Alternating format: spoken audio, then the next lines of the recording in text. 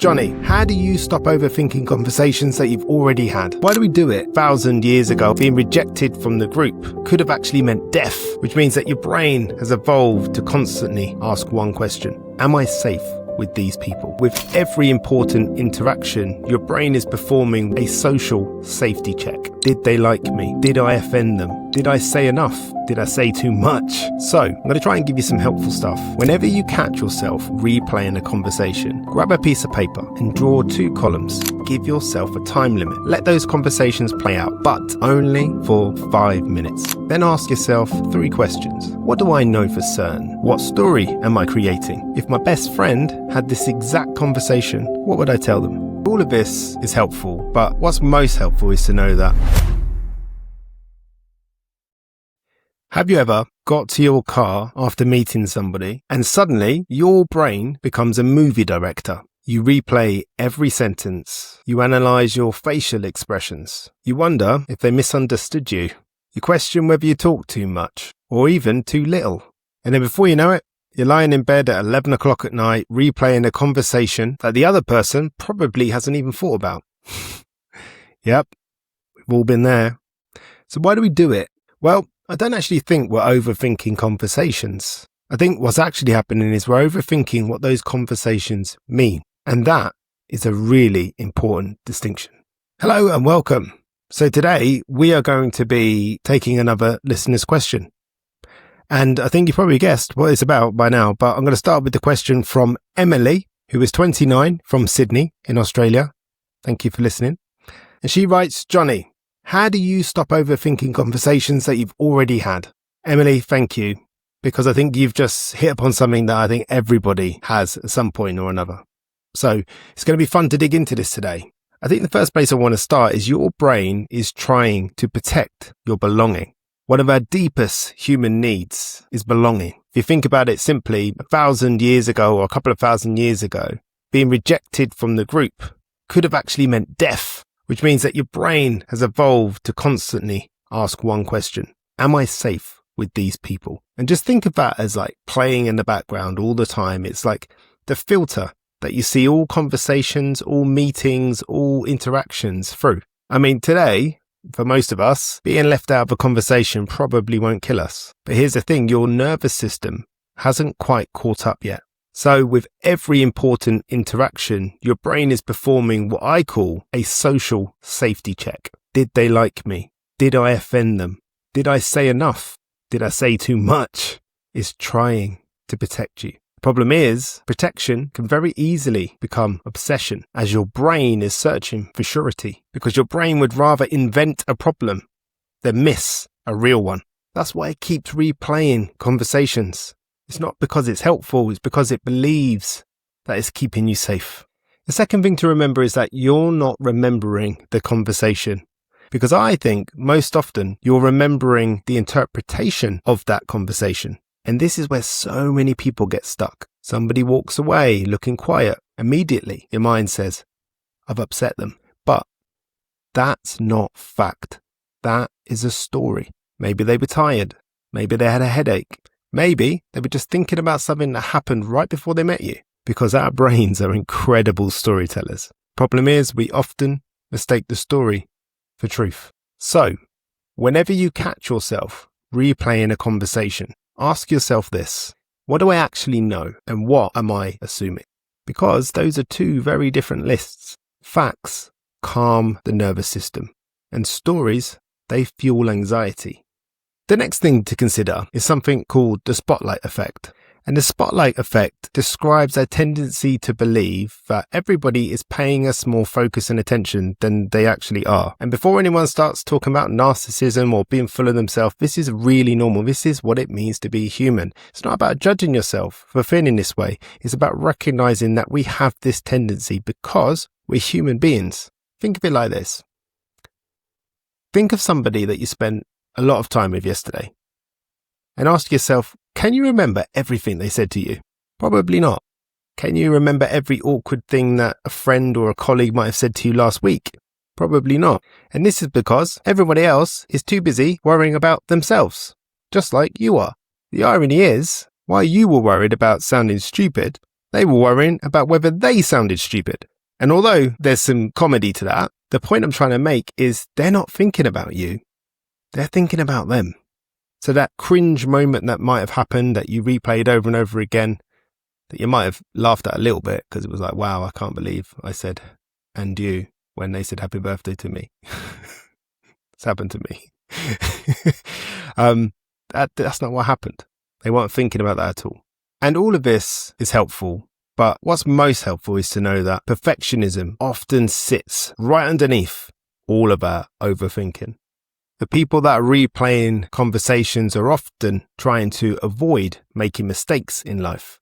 But under that is usually something a lot deeper. Perhaps it's the belief that if I say the wrong thing, people won't like me. People will reject me.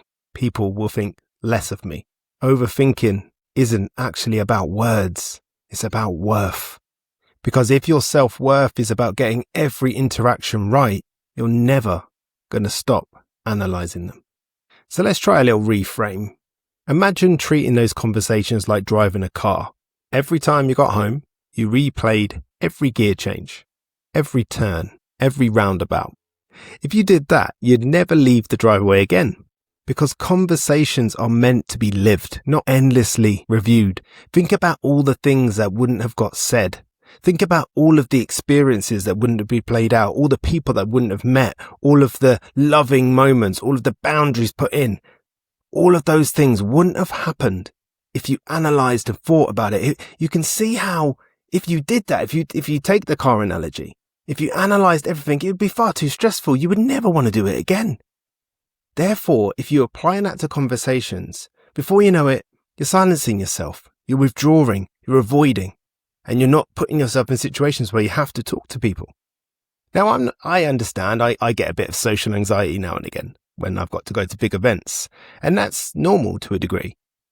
But when it's hard for you to go to the supermarket, or it's hard for you to go in and speak to somebody in a shop, or go meet your friends and you find that difficult, then it might be because of this overthinking habit, this practice that you have of overthinking. And I want to say that you're in a good spot now because you're aware of it. You've brought it to your attention. You've nailed it. You really have hit the problem on the head. So now you know that. Now you have the power. Now you have the opportunity to do something about it. And Emily, that's amazing. That is a great start. It means we're on the road to change. But it's okay, I'm not just going to highlight all of these things. Some of it you might know, some of it you might be aware of. You might have done your own reading and listening to other podcasts. I'm going to try and give you some helpful stuff that you can do that's going to help change this now that you're aware of it. And here's something I use with some of my coaching clients when they come to me with this challenge. Whenever you catch yourself replaying a conversation, grab a piece of paper and draw 2 columns. One side, write the facts. Something like, I met with Sarah, we spoke for 20 minutes. She said she'd like to see me next week. That's it. Those are the facts. That's what happened. So on the other side, I want you to write the stories. She seemed annoyed. She probably thinks I'm boring. I shouldn't have said that. Because here's the thing. Most people are genuinely amazed at how small the facts section is and how enormous the stories section becomes. Because awareness changes everything. Seeing how little facts you have, but seeing how elaborate and creative these stories have become helps you realize that the likeliness is nothing is wrong.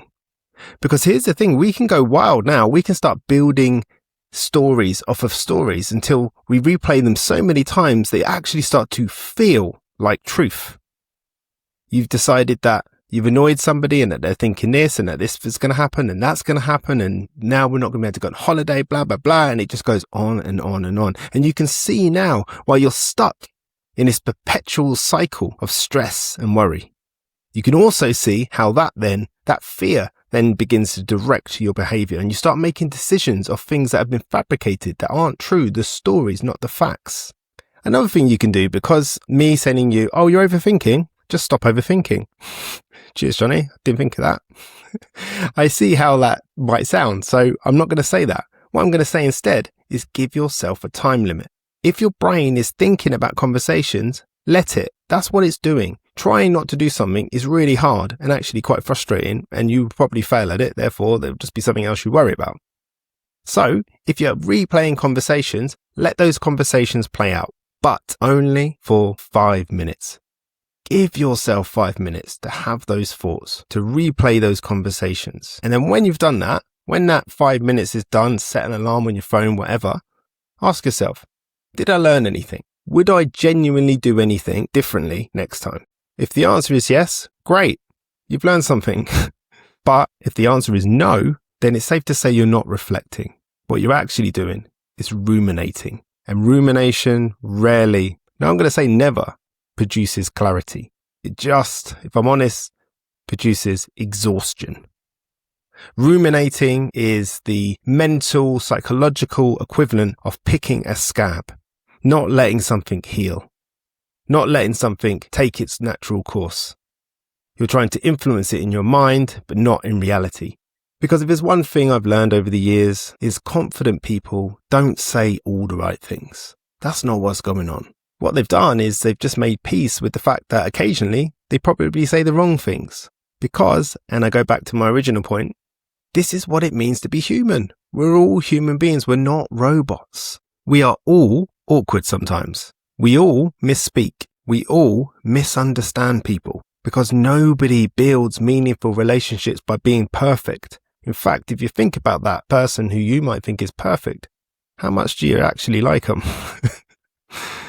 Nobody builds meaningful relationships by being perfect. They build them by being authentic. So I'm going to finish with a challenge this week. I want you to simply notice every single time you replay a conversation. That's all I want you to do. Just notice it. Not judge yourself, not beat yourself up. Just notice.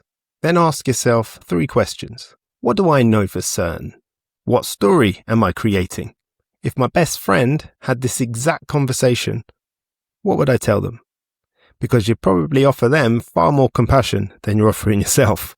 Because I want to make it clear, the goal here is not to stop overthinking. Maybe the goal here is to stop believing that every thought deserves your attention. Because your mind produces thousands of thoughts every single day. Not every one of them is true, not every one of them is useful, and not every awkward moment deserves some accommodation in your head. The conversation is over. The only place it's still happening is in your mind. So don't let a 5-minute conversation occupy 5 hours of your life. Because that's the point. You have the choice. You have the ability. You're so capable. Way more capable than you realize. And as I said, I've made some good points in this, I hope, and that is useful to you, Emily, and that you can move on now and practice these new behaviors. Now, again, it's not going to change overnight, but just realizing that the same energy, the same effort, the same application that you've been putting towards overthinking can be put towards the things I've spoken about today. Because if somebody had said the exact same things that you have said today, would you be judging them quite as harshly as you're judging yourself? And I think often the answer to that question is no. And perhaps, Emily, that's the place to begin. Not by becoming better at conversations, but by becoming kinder to yourself after they've ended. Thank you for listening, Emily. I hope that's helpful. Let me know. I'd love to know how you're getting on. And I'll see you next week for another episode.